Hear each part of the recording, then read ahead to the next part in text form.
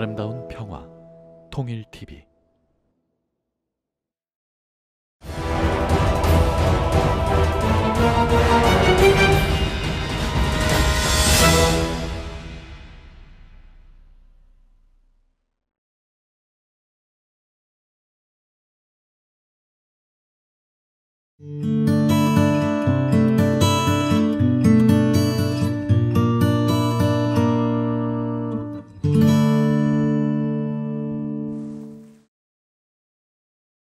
교수님, 안녕하십니까? 예, 안녕하십니까? 제가 이제 국제정치를 공부하고 있는데요.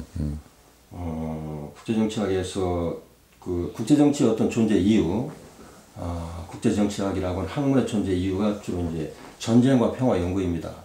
근데 교수님께서는 전쟁이 존재하지 않는 것이 평화가 아니다.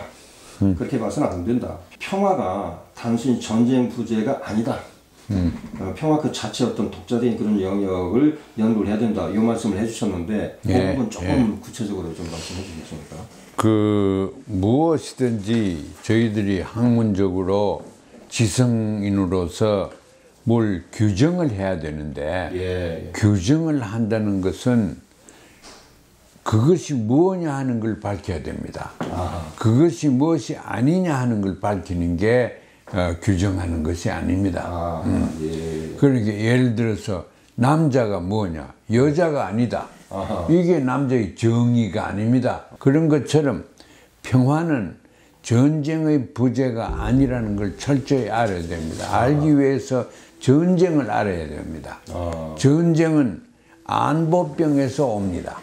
안보는 국가나 사람들이나 정치인들이나 불안을 느껴서 상대방으로부터 불안을 느낄 때 또 상대방을 불신할 때 또 불신하는 상대방은 의식적으로 악마화할 때 생기는 것이 그 불안입니다.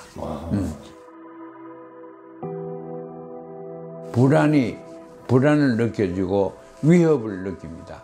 이런 관계에서 군비 경쟁과 상호 파괴 또 죽이기 위한 것이 전쟁입니다. 전쟁 준비를 위해서 이 세계가 지금까지 거진 서기 2000년까지 그렇게 왔습니다. 입만 뜨면 안보를 위해서 이게 필요하다, 저게 필요하다. 그런데 그 안보 무기는 한국에서 사용하는 무기는 죄다 미국에서 만들고 미국에서 갖다 팔고 또 받은 겁니다. 그거 가지고 안보를 하죠. 남한테 안보를 할 수 있는 자체적인 능력보다는 미국으로부터 안보의 보장을 받는 것이 대한민국의 정책이고, 그렇게 하면은 안보병이라는 것을 거기서 헤어날 수가 없습니다. 그래서 이 평화병으로 넘어가야 되는데, 평화병은 안보병하고는 달리 상호 신뢰하고 상호 이해하고 합의하라는 법은 아닙니다. 이해를 하고 또 신뢰를 하고 약속을 지키고 그 문화인이 되어야 됩니다. 문화인은 약속을 지켜야 됩니다. 자기가 합의를 하고 서명을 했으면 목이 날아나도 그걸 지켜야 됩니다. 그래서 저는 해외에서 희망하기를 참 역사적인 산물인 6.15 6월 15일 고해 중간에 합의한 것이 중요합니다. 우리 양 형상은 민족과 세계에 대한 책임을 얘기를 했습니다. 우리가 성공적으로 했을 때 가져올 세계사적 큰 발전과 전환, 이런 걸 이야기를 했습니다.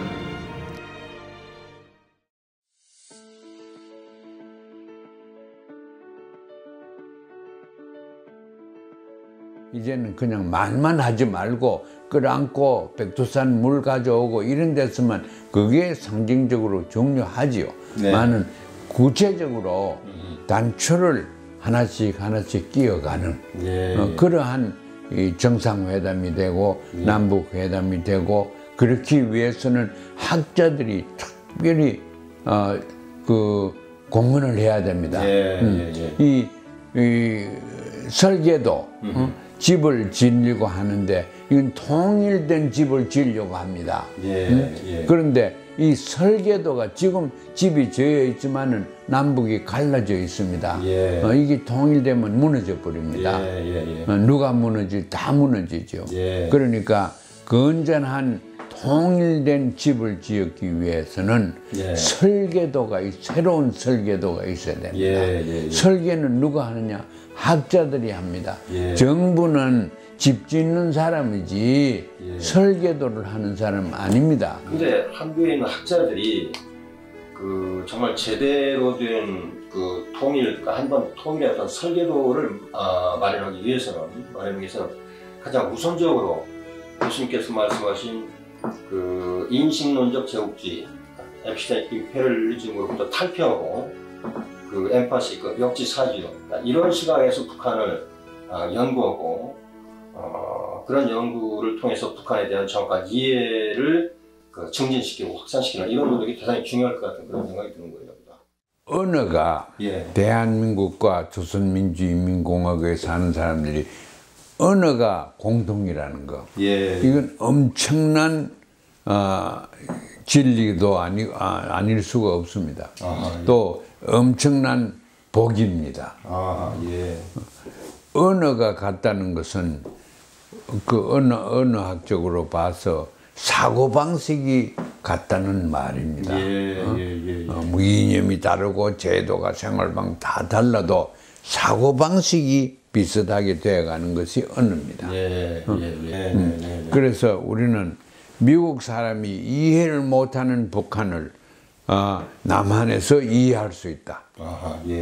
꼭 그렇게 그런 신념을 가지고 봐야 된다고 생각합니다.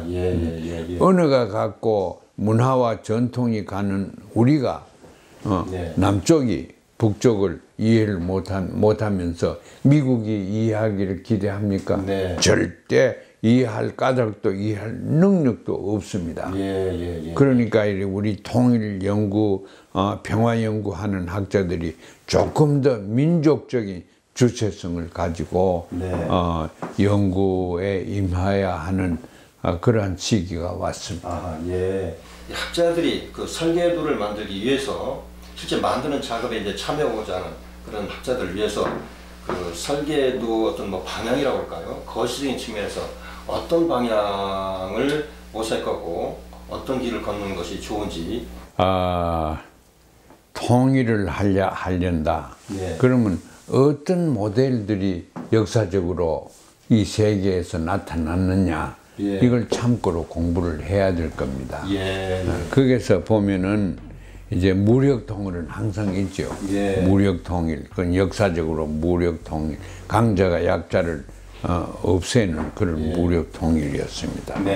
그런데 이제는 무력통일이 의미가 없는 것이 강자가 약자를 없앨 수가 없습니다.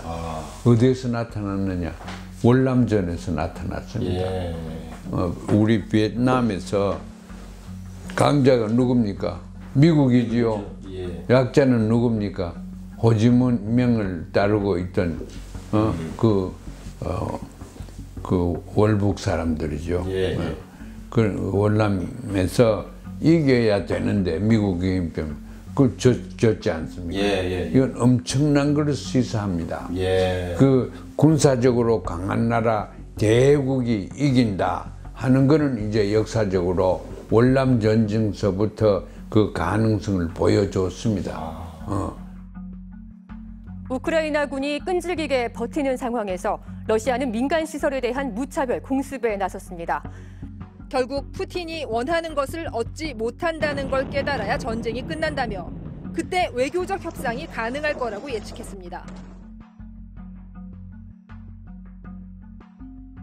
그래서 무력 통일은 미국에 의한 무력 통일, 무슨 북한에 의한 무력 통일 다 한반도의 경우에는 이 민족이 전부 다 희생당하는 우리가 받을 수 없는, 용납할 수 없는 하나의 통일 모델입니다.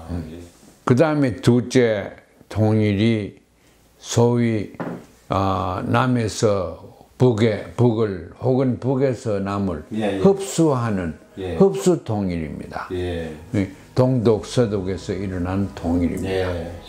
그런데 제가 볼 때는 절대 남에서 북을 흡수할 만한 북의 대상도 아니고 동독과는 다릅니다. 또 남도 경제적으로 서독과 동독의 차이처럼 그렇게 현격한 차이가 낮지만 그래도 북을 쉽게 삼킬 수 있는 경제력도 의심이 됩니다.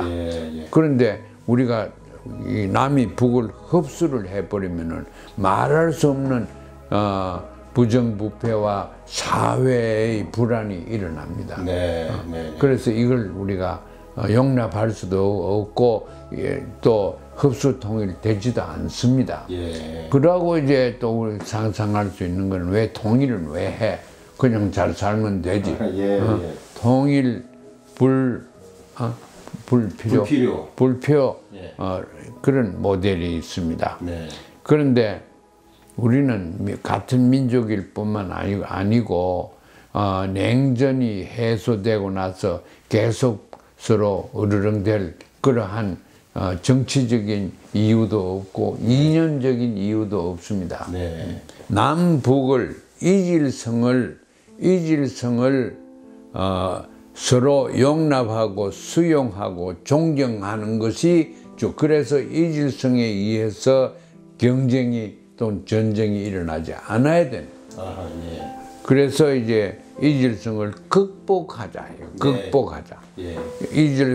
이질성을 배제하지 말고 이질성을 극복하자.